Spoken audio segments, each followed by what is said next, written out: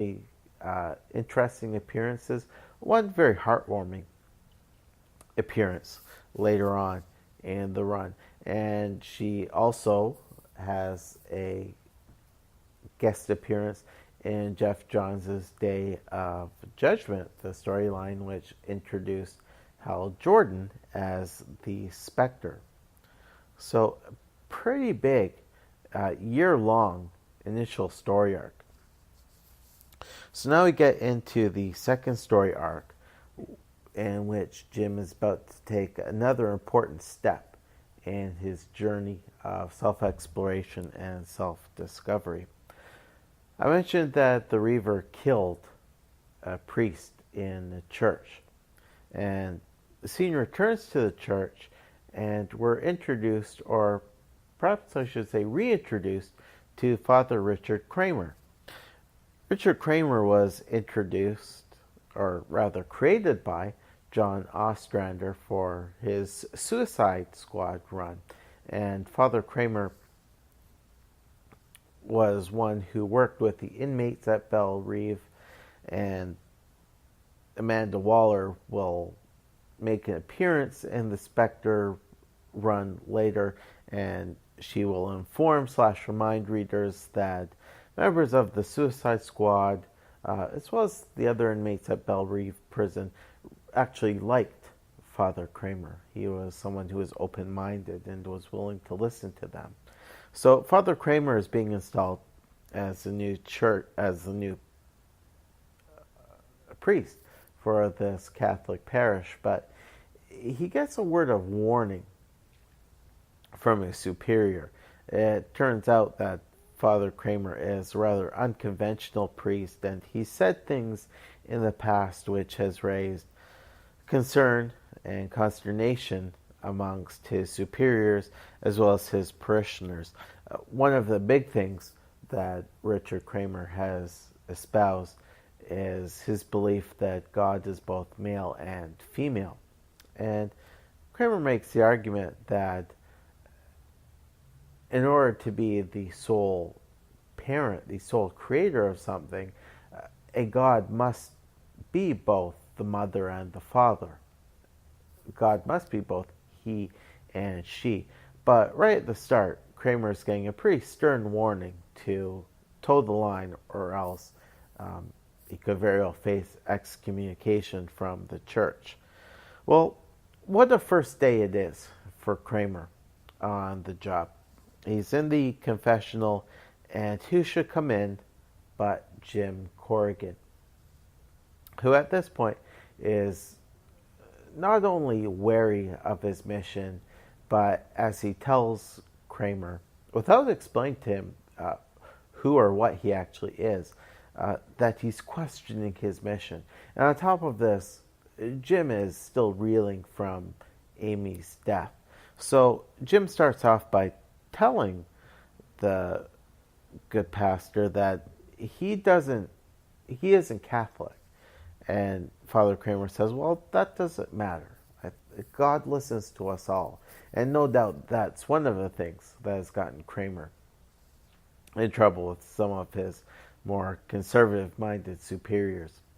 And so he invites Jim to share what's on his mind, and it's a pretty horrific confession that Jim makes, as he confesses to having this lust for vengeance, and having killed so many people over the years, all in the name of justice. But Jim has reached a point where he's questioning where the justice is. Like, what's the end result of his mission? There's still evil.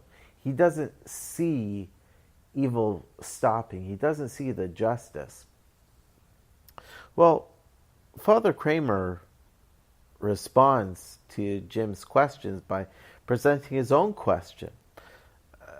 Kramer says, well, indeed, where is the justice? Where is the justice in a place like Vltava over in Europe?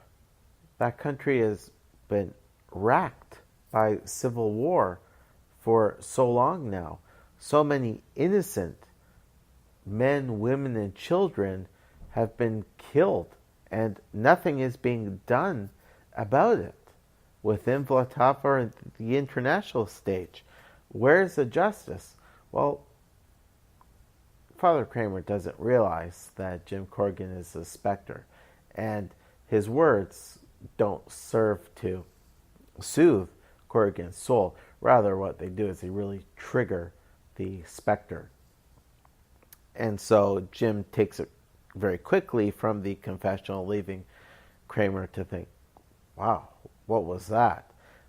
But the scene shifts to Vltava, and we see the Spectre looming large over that country's borders. And Spectre talks about how he can just smell the stench of all of the innocent blood that has been shed and all of the damage that has been done to the earth by the two warring sides. And we see that there is one final truckload of women and children that's being loaded up before one of the sides comes to take these last innocents prisoner. But the Spectre seems to pay no heed to that. He is just so full of rage and vengeance that the Spectre razes or destroys all of Vltava, and he basically scorches the earth. He keeps it all contained within Vltava's borders, but everything and everyone, except for the two leaders of the warring factions, are killed. And the Spectre takes the two leaders, one of whom is Count Vertigo, and who is railing against the Spectre, and says, okay, the two of you are going to sit down and talk this out. But this instantly creates international turmoil. There is a fear that this is essentially the Spectre setting off a trail of dominoes. At the UN, we see that there's a fear of other countries now going to war with each other.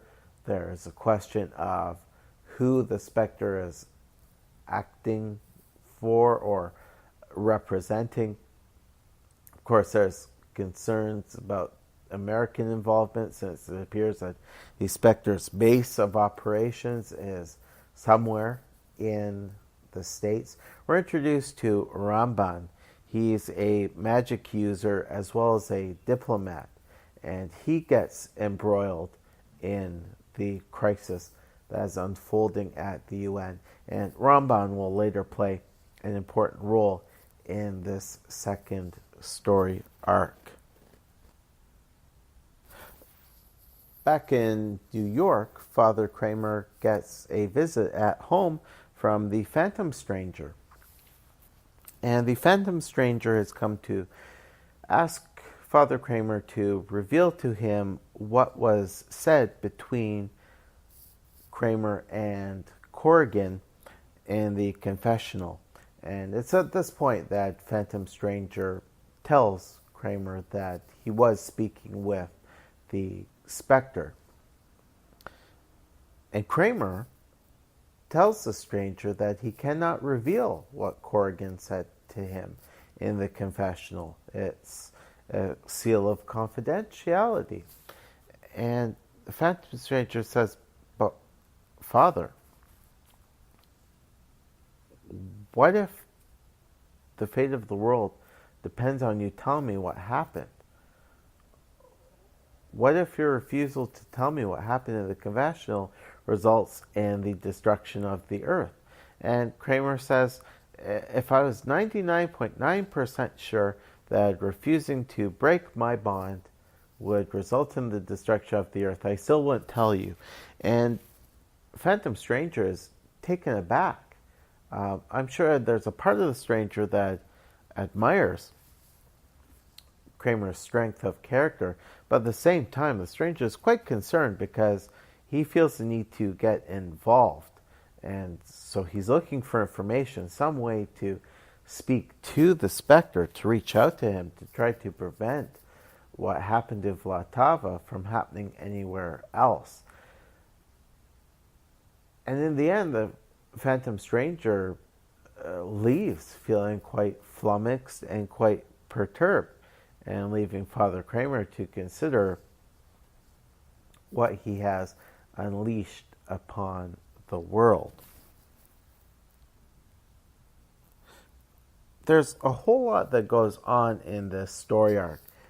Certainly, the Spectre's destruction of Vlatava and the ramifications of the destruction of Vlatava, both on the international stage and as it pertains to Jim Corrigan's journey of self-discovery and self-exploration, is central to the second story arc.